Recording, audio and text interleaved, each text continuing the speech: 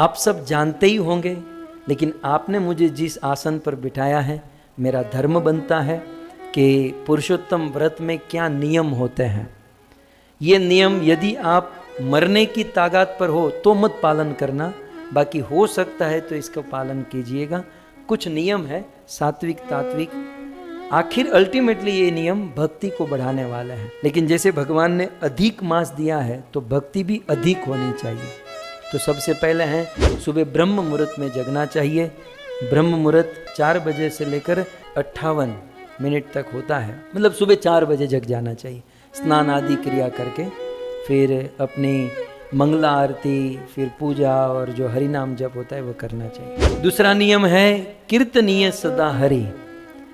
आप सब वैष्णव हैं, सब भक्त हैं, जो हरि नाम नहीं जपते, महामंत्र हरे कृष्ण कृष्ण कृष्ण हरे हरे, हरे राम राम राम हरे हरे, जो नहीं जपते हैं, एटलीस्ट कम से कम इस पुरुषोत्तम मास में इस मंत्र का जाप करना चाहिए। और जो 16 माला जाप करते हैं उसे 25 माला, 32 माला, 64 माला अधिक बढ़ाना चाहिए। तीसरा, इस महीने में विशेष रूप से भगवान से प्रार्थना करनी होती है और इस प्रार्थना को आचार्यों के माध्यम से करना चाहिए। जैसे ठाकुर भक्ति विनोद ने, जैसे हम जय राधा माधव गाते हैं तो नियम बनाना चाहिए कि सुबह उठकर हम जय राधा माधव गाएंगे, दोपहर को चौराग्य गमनम पुरुषम नमामि, हम चौराग्य अष्टकम गाएंगे, उसमें भी पुरुष की महिमा बताई गई है। और फिर शाम को या दिन में एक बार नंद नंद अष्टकम, श्री जगन्नाथ अष्टकम या शची सूत अष्टकम, ये 3 अष्टकम में से हम कोई भी एक गाएंगे तो रोटेशन में रखने चाहिए। आज नंद नंदन तो कल जगन्नाथ अष्टम, शची सूत, इस प्रकार से। चौथा नियम है दिन में 3 बार, आने वाले दिनों में, क्योंकि इस महीने में इसकी महिमा है ना, इसलिए मैं चौराग्य अष्टकम पर आपको बताऊंगा। कभी कथा में प्रवाह में आ गया तो उसका अर्थ या जगन्नाथ अष्टकम, इन सब के अर्थ हम यहाँ पर प्रयास करेंगे। फिर चौथा है दिन में 3 बार, एक समय पर 3 बार इस मंत्र को दोहराना चाहिए। जो मंत्र मैंने आपको भी बताया, गोवर्धनम धरम वंदे गोपालम गोपरूपिणम गोकुलोत्सव मिशानम गोविंदम गोपिका प्रियम। 5वां है भगवद गीता के 15वें अध्याय का पाठ करना चाहिए। आप नोट कर लीजिए, इसमें से जितना प्रैक्टिकल हो उतना ज़्यादा से ज़्यादा हमें करना चाहिए।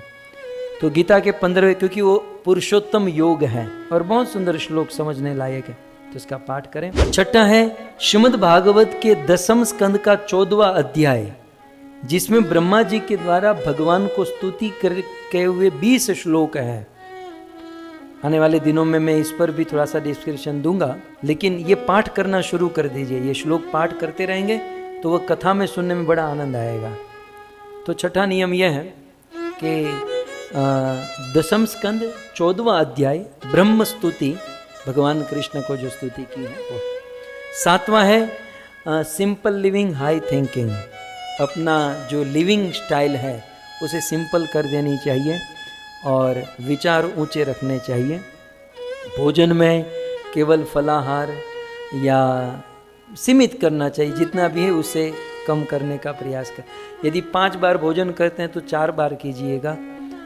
मैं 10 बार करता था तो अब 8 बार ही करूँगा। तो मतलब अपना जो भी है वो स्टैंडर्ड नीचे कर देना चाहिए।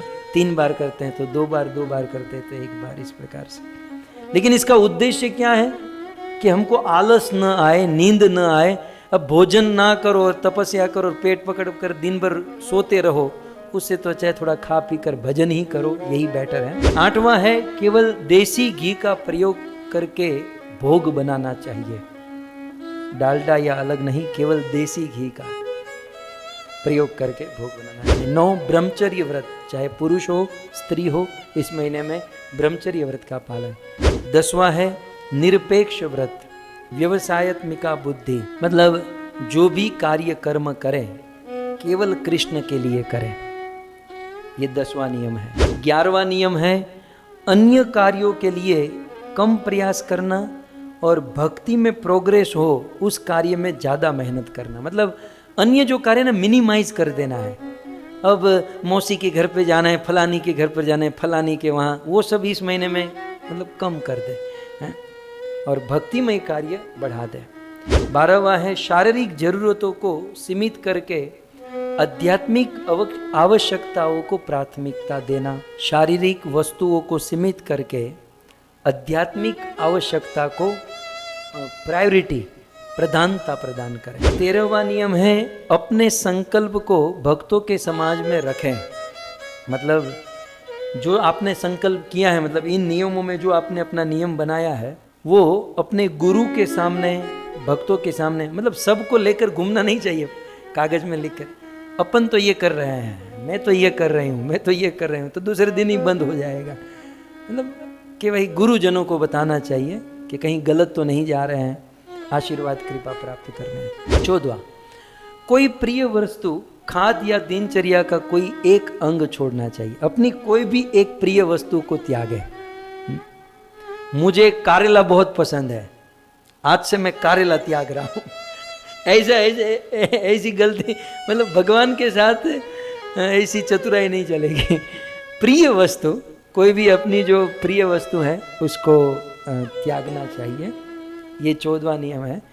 15वां नियम है दान तो आप देते ही हैं, लेकिन दान की मात्रा को बढ़ाना चाहिए और शुद्ध पात्र यदि आपको दिखे तो खूब दान करना चाहिए, और ये 15वां नियम है। 16वां है धाम वास। इस महीने में 30 दिन भगवान के धाम में वास करना चाहिए। यदि भगवान के धाम में नहीं तो प्रभुपाद की बड़ी कृपा है, इस्कॉन मंदिर में ज़्यादा से ज़्यादा जाना चाहिए, है ना। और हमें भक्तों के साथ संपर्क, वैष्णव एसोसिएशन आदि करना चाहिए। 17वां तुलसी दल और कमल पुष्प भगवान को अर्पण करना चाहिए। भगवान को तुलसी दल और कमल, कमल तो कहाँ से लाओगे, अमेरिका वाले तो तुलसी भी बेचारे इतना नहीं ला पाएंगे, लेकिन जो भी है स्मरण करके भी तुलसी दल और कमल पुष्प भगवान को नित्य। 18वां है क्रोध को त्याग करें। क्रोध को त्याग करने का प्रयास करें और उत्तेजित करने वाली जो परिस्थिति है उससे बचना चाहिए। क्रोध को उत्पन्न करें ऐसी परिस्थिति से बचना चाहिए। 19वां जो थोड़ा सा कठिन है, थोड़ा सा मुश्किल है, वो है वैष्णव अपराध से पूर्ण रूप से बचें। वैष्णव अपराध से पूर्ण रूप से बचने का प्रयास करें। 20वां है ग्रंथ वितरण करें। जैसे अभी आपने सुना ना, पुरुषोत्तम मास, गोलोक में वास, तो केवल पुरुषोत्तम, गीता, भागवत, ये सब पुरुषोत्तम की ही तो कथा है। तो ज़्यादा से ज़्यादा बुक डिस्ट्रीब्यूशन करें, क्योंकि भक्तों धर्म यदि टिकेगा तो इन बुक्स के ऊपर, सिद्धांतों के ऊपर। मंदिर, इमारत ये सब ठीक है, लेकिन हमारे आचार्यों ने, चाहे चैतन्य महाप्रभु, रूप सनातन, इन्होंने बड़ी मेहनत की है इन ग्रंथों के लिए। सो ग्रंथ का वितरण करना चाहिए। फिर 21वां नियम है वैष्णव सेवा या प्रसाद खिलाना चाहिए। वैष्णवों की सेवा करनी चाहिए, वैष्णवों को प्रसाद खिलाना चाहिए। और इस समय मंदिर में ऑफर किया जा सकता है, आप कर सकते हैं। 22वां है हरि कथा से खुद का शुद्धिकरण करें और अपनी रोज की श्रवण, शास्त्र अध्ययन, जप संख्या में वृद्धि करनी चाहिए।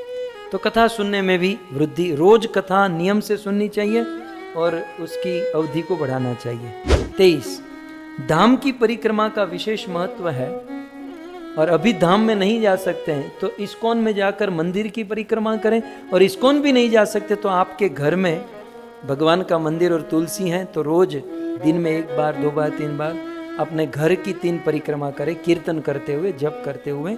तो ये परिक्रमा की महिमा है पुरुषोत्तम मास में। 24वां है मंदिर मार्जन कम से कम घर पर नित्य करें। इस महीने में रोज मंदिर में जो लील बढ़ गई है ना, मंदिर में जो बाबा बन गया ना, वो सब पूरा माटी का थर लग गया है, इस महीने में कम से कम क्लीन रखें, उसको साफ रखें मंदिर को। तो गुंडीचा मार्जन इस महीने में रोज करना चाहिए। 25वां है पवित्र नदियों में रोज नहाना चाहिए, और रोज नहीं नहा सकते तो इस मास के अंतिम दिन 1 बार पवित्र नदी में नहाना चाहिए, तो उन नदियों में नहाने का फल प्राप्त होता है। गंगे च यमुने चैव गोदावरी सरस्वती नर्मदे सिंधु कावेरी जले अस्मिन सन्निधिम कुरु। इस श्लोक से यदि हम नहाते हैं तो सारी नदी में स्नान करने का फल मिलता है। गंगे च यमुने चैव गोदावरी सरस्वती नर्मदे सिंधु कावेरी जलेस्मिन सन्निधि कुरु जलेस्मिन सन्निधि। ठंडा लगा ठंडा लगा, बस ऐसे इतना बोल के फिर वो फुवारा शुरू कर देना, फिर ठंडे पानी से नहा लेना। गरम पानी से मत नहाना, क्योंकि ये सब नदी के जो जल हैं वो गर्म नहीं होते, ठंडे होते हैं। तो ठंडे पानी से थोड़ा सा होगा, लेकिन अच्छा है, फ्रेश हो जाओगे, नींद उड़ जाएगी। तो इस प्रकार से नदियों में स्नान कर लिया। 26वां नियम है, नित्य रूप से राधा और कृष्ण को दीप अर्पण कीजिएगा। भगवान को रोज सुबह शाम 2 बार या कम से कम 1 बार दीप अर्पण करना चाहिए। और अंतिम लास्ट 27वां, संकल्प का पारण करें तो वैष्णवों को बुलाए, घी से निर्मित भेंट करें। अर्थात रोज जो है ना, रोज हमें ब्राह्मण का भोजन कराना चाहिए। तो हम रोज तो नहीं करा सकते, तो 33 दिन का जो मील है, 33 दिन का जो भोजन है, वो 1 दिन में करा सकते हैं, या रोज एक ब्राह्मण को भोजन करा सकते हैं। डेली 1 कराओ, या अंतिम दिन में एक साथ 33 को भोजन करा दो, है? तो ये कराना चाहिए। तो इस प्रकार से अधिक मास में ये नियम है।